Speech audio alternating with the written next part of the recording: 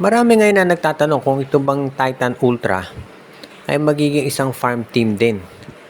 Kasi kung hindi nyo pa nababalitaan, lumabas ngayong report na ito raw Titan Ultra, kaya pala gustong i-trade itong si Joshua Monson dahil ayaw nilang bayaran yung salary na hinihiling nito, yung 420,000 pesos a month. Marami ngayon na nagtatanong kung ikaw ay isang PBA team at hindi ka willing na magbayad ng maximum na salary sa iyong player, ba't ka pa sumali sa PBA? Alam nga natin na yung salary cap ng PBA, yung 420,000 pesos a month, ay sobrang baba kumpara do sa salary cap sa ibang liga. At yan nga ang dahilan kung bakit maraming mga additional bonuses na binibigay yung mga teams do sa mga top players nila. Dahil kumpara do sa mga nakukuha ng ibang atleta, sobrang baba ng 400k. Kaya nga ngayon, marami naniniwala talaga na kung hindi kaya ng Titan Ultra na bayaran yung ganyang klaseng salary, ba't pa sila nandito sa PBA? At anyway, ang balita ngayon na lumalabas, ito raw Titan Ultra, nakikipag-usap pa rin dito sa TNT Tropa. Pero mukhang hindi lang sa Tropa dahil ang balita natin, pati raw Magnolia Hotshots nakikipag-usap na dito sa Titan Ultra. Ngayon, ang aabangan natin kung ano ang magiging offer ng Hotshots para dito kay Joshua Monson. Nung huli nating balita nga, ito si Celso at draft pick ang in-offer ng TNT at tinagyan niya ng Titan Ultra. Kung ikaw naman ang Magnolia, mas maganda ang pwede mong i-offer dito sa Titan Ultra, no? Baka si Javi Gomez de Leaño ang ibigay mong kapalit para kay Joshua Monson. Pag ganyan ang kapalit, baka pumayag na itong Titan Ultra. Kung sakasakali, no? Sa tingin ko, mas okay na to kaysa doon sa in-offer ng TNT. Kung sa bagay, ito si Javi, wala nang playing time sa Magnolia at malamang nga matrade na, so hindi na ako magtataka kung ganyan ang maging sitwasyon.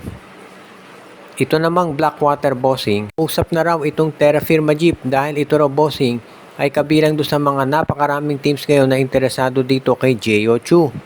Alam natin na si J.O. Chu ay first round draft pick ng Terra Firma at ayon sa PBA rules, hindi ito pwedeng i-trade until after makatatlong season sa Terra Firma. Pero mukhang porsigido raw ang kampo ni Coach Pat Aquino na makuha ang nasabing center dahil sa tingin niya, ito ang makakatulong dito sa kanilang lineup para maging mas malakas. At willing daw silang i-trade yung sarili naman nilang big man na si Christian David. Ngayon, kung ikaw itong Terra Firma, papayag ka kaya? Kasi kung titignan natin yung laro, medyo mas develop na yung skill set nito si Christian David kaysa dito kay J.O. Chu. Pero mabilis na humahabol to si J.O., no? Ang pinakaiba niya dito si J.O. Chu center at itong si Christian David ay stretch 4. So alin kaya dyan ang pipiliin ngayon nitong Terra Firma? Ang isa pa, no, kung piliin man ng Terra Firma na i-trade itong si J.O. Chu, kinakailangan nilang makapag-usap muna dito sa PBA Board of Governors dahil syempre, yung gaya nga naman nabanggit natin, no, itong PBA Board of Governors in-approve na yung rule na 3 seasons ka dapat doon sa team na nag-draft sa'yo bago ka matrade. So kung gustong i-trade ng Terra Firma si J.O. Chu, kinakailangan makakuha yan ng approval mula sa PBA Board. At yan yung magiging problema at dahilan kung bakit kahit magkasundo itong Blackwater at Terra Firma, medyo malabo na mangyari itong trade na to unless ma-approve yan ng board. At usually pagdating dyan sa board kasi as much as possible gusto nila unanimous eh. So medyo mahihirapan talaga. Kaya nga ngayon itong Terra Firma, understandable naman kung ba't bilib na bilib sila dito kay Christian David, no? Magaling na player yan. At itong Blackwater, ganun din dito kay J.O. Chu.